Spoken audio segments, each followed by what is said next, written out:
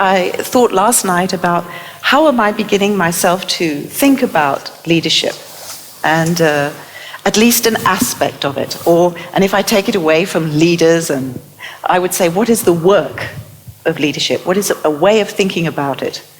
And I have several formulations that I wrote down last night. For a long time, I've been saying, I think one of the ways of thinking about leadership is thinking about convening conversations that might not happen otherwise. You could also say the work of leadership is about opening spaces for reflective inquiry in the midst of our institutional life. Having the courage to do that. I might also think of leadership as taking action visibly. I think one of the things that's most demanding about leadership is that it is about taking up a voice, speaking out, saying and doing things when the consequences of that will always ripple out in ways beyond what you can ever know when you do it. And nevertheless, you have to take the risk, make the judgment, try it. Within this notion that one of the ways of thinking about leadership is the way that it engages, opens up and shifts the conversational life of an organization, I think there are lots of small practices worth paying attention to.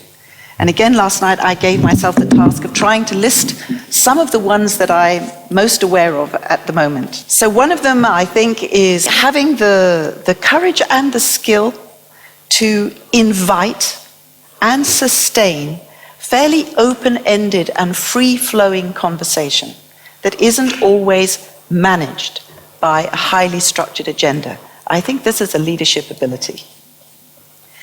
Secondly, I would say being able to invent, improvise on the spur of the moment shifts in the configuration of speaking with each other that help to keep a conversation alive. Moving between people speaking all together to moving into speaking in smaller groups, in pairs, in listening carefully, in reflecting in groups, that part of being a good leader is being able to work with conversation as an art. I would say, as we talked about here, increasingly I'm beginning to recognize the difficulty of working often with senior people who have become so used to giving very confident and very comprehensive, abstract accounts of policy, strategy, and direction, but fail completely when you ask them, can you link this to something that happened last week? They go blank. I think this is a big problem. So one of the issues I think that is necessary for leaders is that they learn to link the large scale to the immediate reality of everyday life. And the inability to do that is really problematic. Linked to that, I would say, is I'm increasingly noticing the ability to think intelligently about when you use written material and when you use the important value of oral communication. I think we have forgotten how so much complex communication can be carried through oral exchange, which our written documentation nearly always reduces and narrows. We need that documentation, but only to the extent we use it to unravel yet again the complex communication by which we manage to sustain knowledge between us of a complex world. And that move between the oral and the written, again, is an art that I think we need to have leaders consciously develop. Another thing I would say is that I feel that all the leaders that I deal with, a lot of the time, what they're good at is explanation, and they're very poor at description. They fail to be able to give detailed, telling, resonating, descriptive accounts of what happens and how it happens. They're too quick to move to wanting to find cause and effect, and too simplistic linear connections between events. They lack a kind of descriptive, reflective capacity to inquire into the way circumstances happen and change.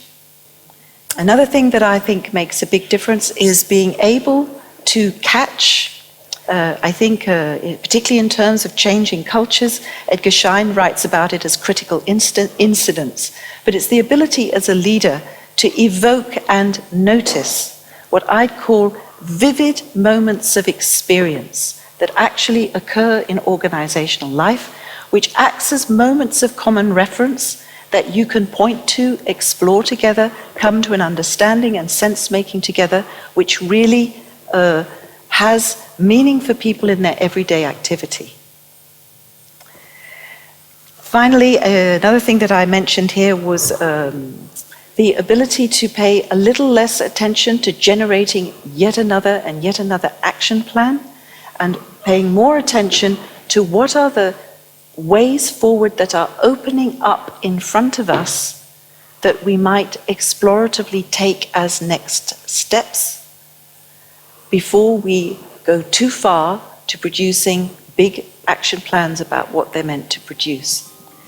So these are what I call some of the micro practices of working with conversational life.